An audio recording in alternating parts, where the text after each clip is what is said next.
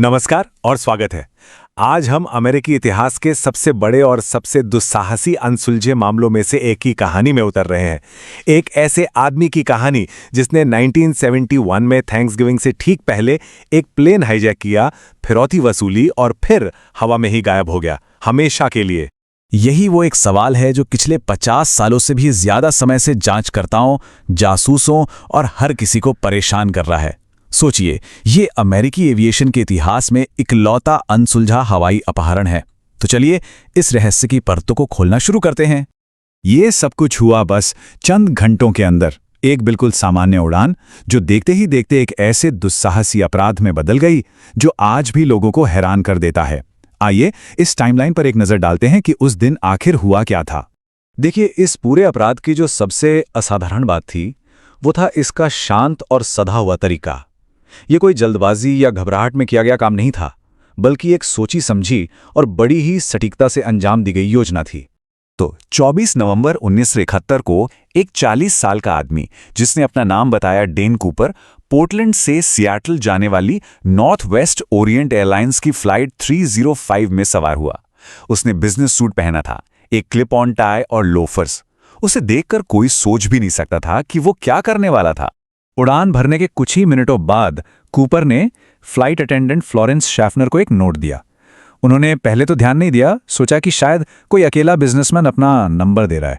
तब कूपर ने बिल्कुल शांत होकर धीरे से ये बात कही, और जब उसने अपना ब्रीफकेस खोला तो फ्लोरेंस ने 8 लाल सिलेंडर और तारों का एक जाल देखा।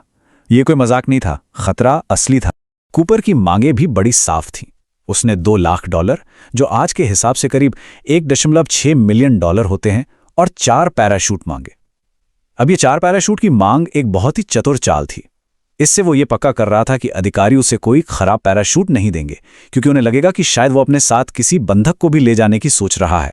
और यहीं से ये साफ होने लगा कि कूपर कोई आम अपराधी नहीं था। उसने नीचे उड़ते हुए टैकोमा शहर को पहचान लिया और पायलट को कूदने के लिए बिल्कुल सटीक निर्देश दिए। 10,000 फीट की ऊंचाई, 15 डिग्री फ्लैप्स और लैंडिंग गियर नीचे। इस तरह की जानकारी से साफ था कि उसे पता था कि वो क्या कर रहा है। सियाटल में जब यात्रियों को छोड़ दिया गया और उसे फिरौती के पैसे मिल गए, तब कूपर ने अपनी योजना के सबसे अविश्वसनीय हिस्से को अंजाम दिया। उसने विमान को फिर से उड़ान भरने का आदेश दिया, लेकिन इस बार रीनो की ओर। और ये है वो एनशाइडिंदा पल। पायलटों ने विमान के पिछले हिस्से में अचानक ऊपर की तरफ एक झटका महसूस किया। ये एक अचूक संकेत था कि कूपर, जिसका वजन करीब 200 पाउंड्स था, फिरौती के पैसों के साथ प्लेन से कूद चुका था। वो उस काली अंधेरी रात में गायब हो गया। अब जरा सोचिए, ये कोई आम छलांग नहीं थी, हालात जानलेवा थे। कूपर ने शून्य से भी कम तापमान में तूफानी हवाओं के बीच नीचे घने जंगलों और पहाड़ों के ऊपर से छलांग लगाई, और वो भी सिर्फ एक बिजनेस सूट और साधारण जूतों में। क्या कोई ऐसे हालात में बच सकता है? जब विमान रीनो में उतरा, कूपर वहां नहीं था, और इसके बाद शुरू हुई FBI के इतिहास की सबसे लंबी और सबसे बड़ी जांचों में से एक। लेकिन सुराग के नाम पर उन्हें बहुत कम चीजें मिली। इस केस को कोड नेम दिया गया नॉर्थ वेस्ट हाईजैकिंग या नॉरजैक। पूरे 45 साल तक सैकड़ों एजेंट्स ने हजारों सुरागों का पीछा किया, लेकिन कूपर का कोई निशान नहीं मिला। यह मामला अमेरिकी लोक कथाओं का एक हिस्सा बन गया। प्लेन के अंदर जो एकमात्र ठोस सबूत पीछे रह गया था, वो थी कूपर की क्लिप ऑन टाई। इतने बड़े और जटिल अपराध को अंजाम देने वाले के लिए ये एक अजीब सी मामूली चीज थी, लेकिन इस टाई ने कुछ असाधारण रहस्य छिपा रखे थे। दशकों बाद वैज्ञानिकों को इस टाई पर कुछ दुर्लभ तत्वों के कण मिले, जिसमें शुद्ध टाइटेनियम भी शामिल था। 1970 के दशक में यह सिर्फ बहुत ही एडवांस जगहों पर इस्तेमाल होता था, जैसे कि हवाई जहाज बनाने वाली फैक्ट्री या खास केमिकल प्लांट में। ये एक बड़ा इशारा था कि कूपर शायद बोइंग जैसी किसी कंपनी में काम करता था। लेकिन टाई के इस सुराग के बावजूद कूपर अपने पीछे कोई भी निशान न छोड़ने में बहुत सावधान था। उसने जो भी नोट लिखे थे वो सब वापस ले लिए, और प्लेन में जो 66 उंगलियों के निशान मिले, उनमें से कोई भी उसका नहीं था। वो सचमुच एक भूत की तरह था, और सालों तक ये भूत गायब ही रहा। केस बिल्कुल ठंडा पड़ चुका था। फिर 1980 में, यानी अपहरण के लगभग एक दशक बाद, एक ऐसी खोज हुई जिसने सब कुछ बदल कर रख दिया। 1980 की बात है। एक 8 साल का लड़का ब्रायन इंग्रम कोलंबिया नदी के किनारे रेत में खेल रहा था जब उसे 20-20 डॉलर के नोटों के 3 बंडल मिले जो गल चुके थे, कुल $5800। FBI ने पुष्टि की कि बिलों के सीरियल नंबर कूपर के फिरौती के पैसों से मेल खाते थे। आखिरकार एक ठोस सुराग मिला, लेकिन इस खोज ने जवाब देने के बजाय और भी ज्यादा सवाल खड़े कर दिए। और यहीं पर मामला और भी ज्यादा उलझ जाता है। सबूत इस बात से मेल नहीं खाते थे कि पैसा 1971 में छलांग के दौरान गिरा था। बिलों पर जो सूक्ष्म शैवाल यानी डाइटम मिले वो सिर्फ वसंत में खिलते हैं, नवंबर में नहीं। और जिस तरह से पैसा जमीन में दबा हुआ था उससे लगता है कि वो 1974 के बाद वहां जमा हुआ था।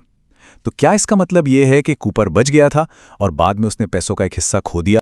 तो हम फिर से उसी सवाल पर आके खड़े हो जाते हैं, क्या वो बच गया या फिर वो उसी रात उस जंगल में मर गया? यही इस केस का सबसे बड़ा सवाल बना हुआ है। देखिए, दोनों तरफ के तर्क काफी मजबूत हैं। FBI का मानना था कि उसके बचने की संभावना बहुत कम थी, लेकिन कई लोग कहते हैं कि दूसरे विश्व युद्ध के कई पायलट इससे भी बदतर हालात में बच गए थे।